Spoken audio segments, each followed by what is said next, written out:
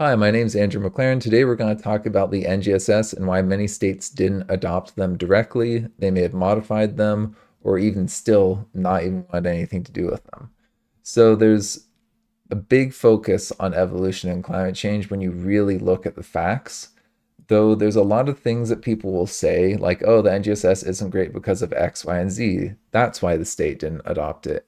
But it really does come down to these political or religious reasons. But I want to talk about how this is difficult to really understand the NGSS and why some people individually have a hard time with fully adopting them and then talk about this idea of the NGSS not having rigor because it's kind of cut some content from it.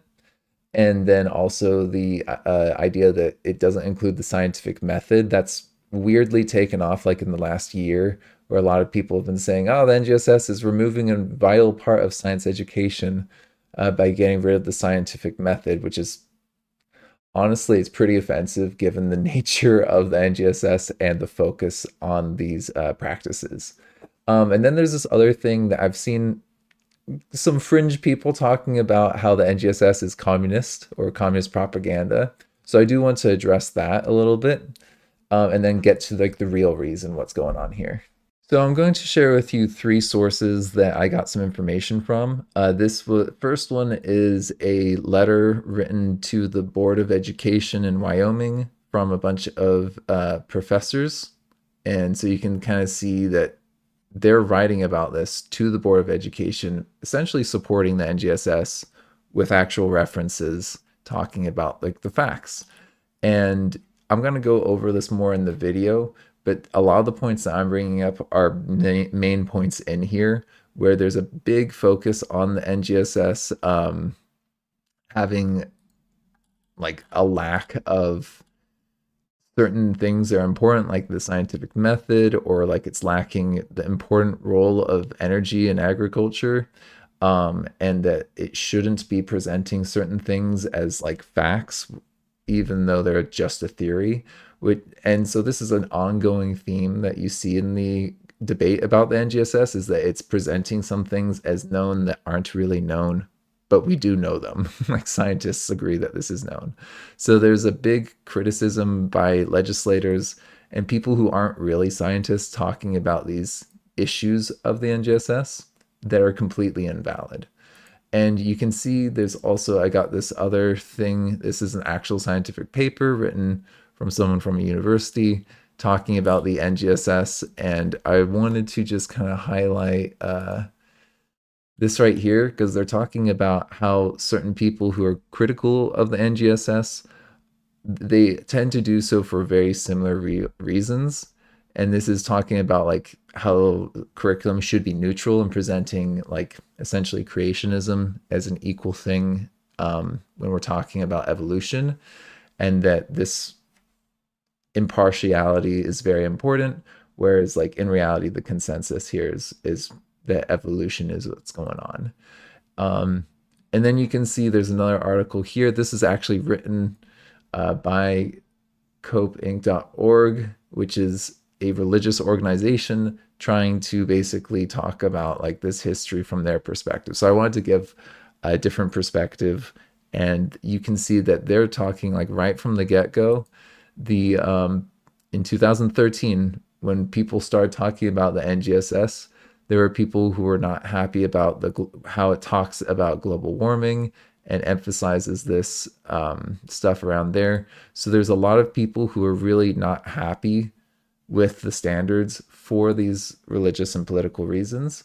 But I want to talk about other things that you may hear online and what people may say, like, oh, actually, our state didn't want to use them because of X, Y, and Z. So we got to just correct some of the misinformation out there. So interestingly, the most credible criticism of the NGSS is not why states didn't adopt it.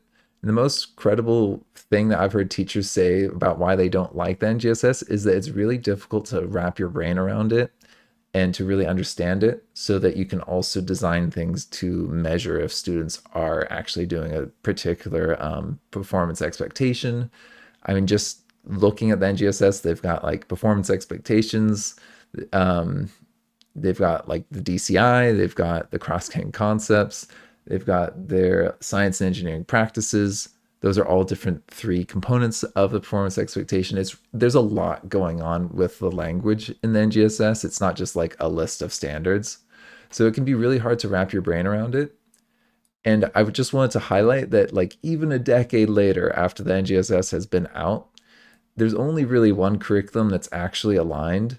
I wouldn't say Amplify is aligned. I've taught with it, and they really just cut up the three components and put them where they felt like doing that, which is kind of okay according to some people who wrote the NGSS, but others would say no, you really need to keep these three components nicely paired up, because if you don't, oftentimes one of these practices just gets cut in a year and you don't emphasize enough of the practices. So like all these big name companies have tried and they've really failed at making something that is aligned to the NGSS. So this stuff is hard. That's the main thing that I've heard people say, that oh, the states didn't want to do the NGSS because it's really a complicated structure and it's confusing and we don't really know if it's effective. That is misinformation if you look at the facts on like the 2013, the reason people chose not to adopt it. But I think as a teacher, this is important to recognize that this is a valid complaint. It's just not really why the states chose not to adopt. Um, Interestingly, most states are testing focused on like the SEPs. I have a whole video on how to prepare for your state science tests. And it seems to me like there may be some content that's being missed because of those tests. And we also need to think about like, you can't just do a multiple choice test if you're looking at someone's ability to model. That is a really hard thing to measure accurately just with a multiple choice question. So this is difficult to make these assessments, but I have found that my teaching has improved and my students' ability to do things like actual skills in the classroom has improved as well with this focus in the classroom. So it is a good thing. People have embraced it, and we have seen some really cool things because of that. So it's not really the reason states didn't adopt it, but there's a lot of teachers who are like, I don't like the NGSS because I'm having a hard time wrapping my brain around this.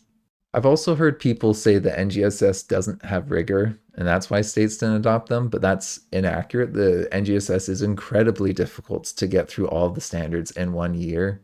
There's a lot to get through with them. But the reason people say this is that there's certain concepts that were removed to allow us to spend more time on these practices. So if you look at like New Mexico right here, they do talk a little bit about mitosis. No, not much, but there's a little bit of that in seventh grade where they are mentioning the word mitosis here. That is not the case in the NGSS. And then if you look at acid base, that's the word acid base is not really in the standards, but they are clarifying that you could do stuff with properties of matter with acidic, which is more appropriate. Like students don't need to know an acid base reaction and how like what is an acid and what is a base for high school chemistry anymore. And a lot of people, understandably so, are concerned about how that connects to college chemistry and then biochem. And so there is some concern about some of these things being removed, but I don't think it's less rigorous. It's just a different focus because now there's things that were added in as well, content wise, like this emphasis on digital versus analog signals at the middle school level. Like this is something that people really struggle with. So there has been things content wise that's been added, as well as the practices themselves getting more time. And I believe this will better prepare students for the future. They can look up a lot of facts with the internet. AI is also going to be interesting, seeing how that can work with some of the skills that a scientist needs to do. But I do believe, at least for in the short term, uh, people really need to understand how to build a model. They need to understand what a graph is showing them, what it's displaying, so they can navigate that and then figure out future investigations to work on with the machines, right?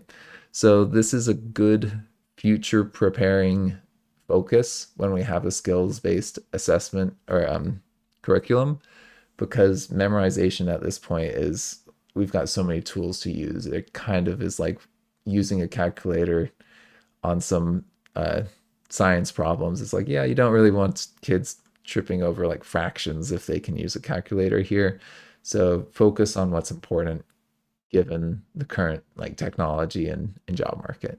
So recently I've seen a lot of people online saying that NGSS does not have the scientific method, which is not true because the practices in the NGSS are all the parts of the scientific method, like discussing and building models and analyzing graphs and coming to consensus, all that stuff. Those are skills that normally would have been thought of as like a method that's kind of a linear process. But now with NGSS, you can kind of bounce between these different practices.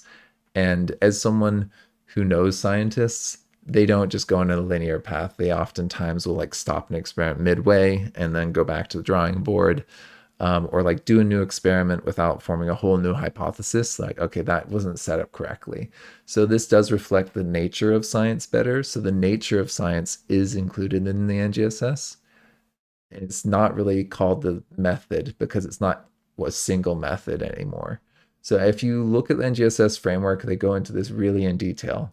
So I'm not going to spend that much more time on this. Um, but a lot of teachers who haven't gone through education programs for the NGSS are going to not understand this. And they're going to be like, where's the scientific method? I want to spend like a month at the beginning of the year going over that. And it really is included in the NGSS as these practices. So just be aware of that. There's also something that I've seen with people saying like the NGSS has gotten rid of certain scientists' names, and that's not good because some communist countries do that as well, where they emphasize the idea and not the person. And like the idea behind that is that there's a lot of people supporting the scientist. Why don't they get any credit? You know, the person who's feeding that scientist. Without that person feeding them, then you wouldn't get the discovery. So we shouldn't be just naming it after this one person. It should be named after like the collective. So that's the idea behind why some countries will remove the scientists' names from like theories or try and rename them so it's not like the Doppler effect. I believe it also helps with clarity. If you can clearly see what a science concept is saying by looking at the name as opposed to like memorizing all these different random names from different countries that you may not even be able to say the name, it's easier for students to understand what these concepts really are.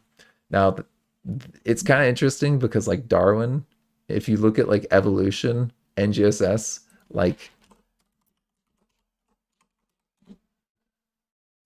it's just not in here. He is not mentioned at all in the NGSS, but evolution itself, the concept, is all over the place. Natural selection is all over the place. So his ideas are very much in the NGSS, but it's not labeled as like Darwin's theory of evolution. And I know that like I had a high school teacher that spent like, gosh, I want to say a whole week telling us about the story of Darwin, which is kind of interesting nature of science stuff and like Wallace and all that and the scooping. I think that's important for kids to learn, but it's not really like the content. Kind of more the history. So then if you look here, I tried to find the Doppler effect like in the NGSS, and the closest that I could do is the redshift effect or like the blue shift, talking about the Big Bang. Like Doppler, it just doesn't come up if you Google NGSS, a Doppler effect. Now there is some stuff with waves, but that particular thing isn't really a big emphasis in the NGSS anymore, which I'm kind of bummed about because I really like the Doppler effect and teaching that. It's kind of fun and relatable, but at the same time, understandable that they're cutting some stuff out to focus on these practices. Weirdly enough, Newton still totally in here. So like we could have like these laws of motion and forces and all that stuff, but they even call like law of gravitation.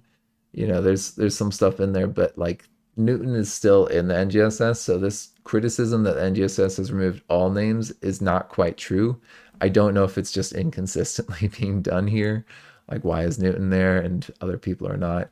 Um, but just be aware that this is kind of true and not true at the same time. But it's not the real reason that states chose to not adopt this. It's just, I think people politically have been against the NGSS and it matches their aligned like political values to say that's bad, that's communist. So just be aware of that. So the fact is that the states that are the most resistant to the NGSS are states that previously did not have evolution or climate change in their state standards, and they don't want to add them now. So with this shift that's been going to the practices, the NGSS also explicitly states that evolution and climate change are core concepts. They're all throughout the curriculum. Climate change is supposed to be taught at every grade level now. So that can be viewed as a like politically motivated change. But the reality is that these are central ideas. And there's this idea that like, oh, instead of just presenting this as a one-sided politically motivated argument, you should be presenting both sides as fair and unbiased, which is not really possible. You can't do anything completely void of bias. And the reality is that science builds consensus. And so when you have a vast majority agreeing on that of experts, that is accepted as true. And you don't have to present the other side as equally true or valid or even worth spending time going over. Um, that's just the way science works. So it's important for us to know that this is a politically motivated, not science based perspective where people are pushing against the idea of a consensus and the idea of being able to know something, not just individually, but a group of people being able to know something and agree on something as what is known. Not necessarily a deep 100% known truth, because that's not the place of science. That is more having to do with faith. And so there's this feeling that people's faith is being attacked by science by having these consensuses being taught as what they view as like a truth, a 100% known thing. And that comes into conflict with their worldviews and how they want their children viewing the world. So that's really at the core of what's going on here. There's a ton of issues with the exact rollout of the NGSS around teachers just having a hard time understanding the new focus and the various components. And there's a lot of various um, abbreviated acronyms. So it can be difficult to get people to do well. But the main reason states have resisted it and rewritten it is because they want to have things be inaccurately presented as equal ideas or worth equal consideration. So we got to be careful.